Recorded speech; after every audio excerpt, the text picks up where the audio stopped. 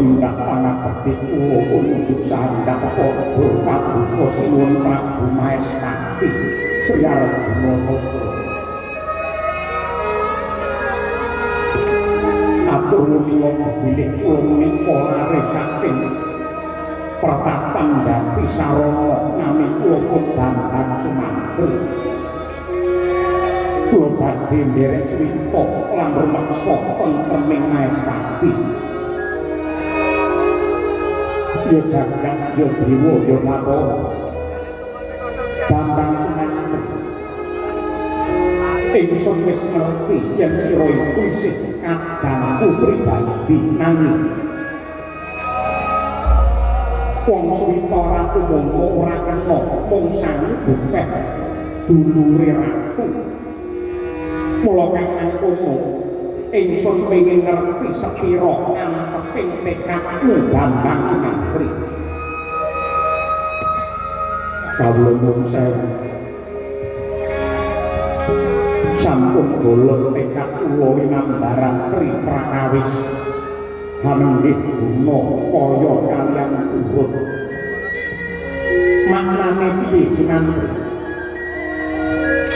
Guna tegesipun lega saliring kargi lembak sampun kecakup sarta sembodo kampuni karya angka kalih kaya maknanipun ing lair anut dikardi mrecekap ing samukawis sarta sugih dumateng lelabetan angka 3 turun tegesipun petek lan wani lila legawa kurban jiwa raga saguh dados tunggaling kautaman sinuwun.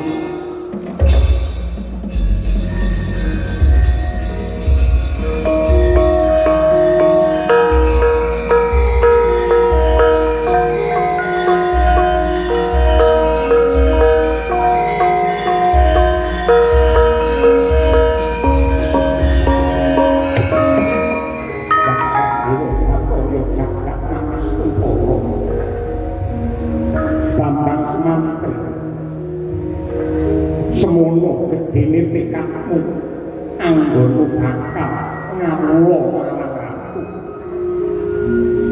Purbanana Sumantri.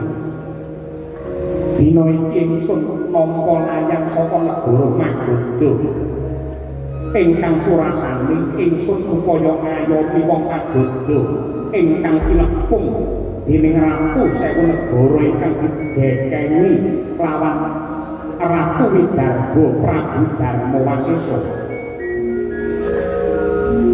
Tata gelar Prabu Darmawasesa bakal lamas kali kedhaton Magoda Dewi Citrawati. Nanging sejatine kuwi mung kinarya. Reka daya lan sanggit rungsik anggone bakal nyindak kamardikane wong Magoda. Sumantri, dina iki ingsun butuhake satriya ingkang kendel lan wani nentremake negara Magoda sarta amboyongi Dewi Citrawati mongko garwaning Sumantri.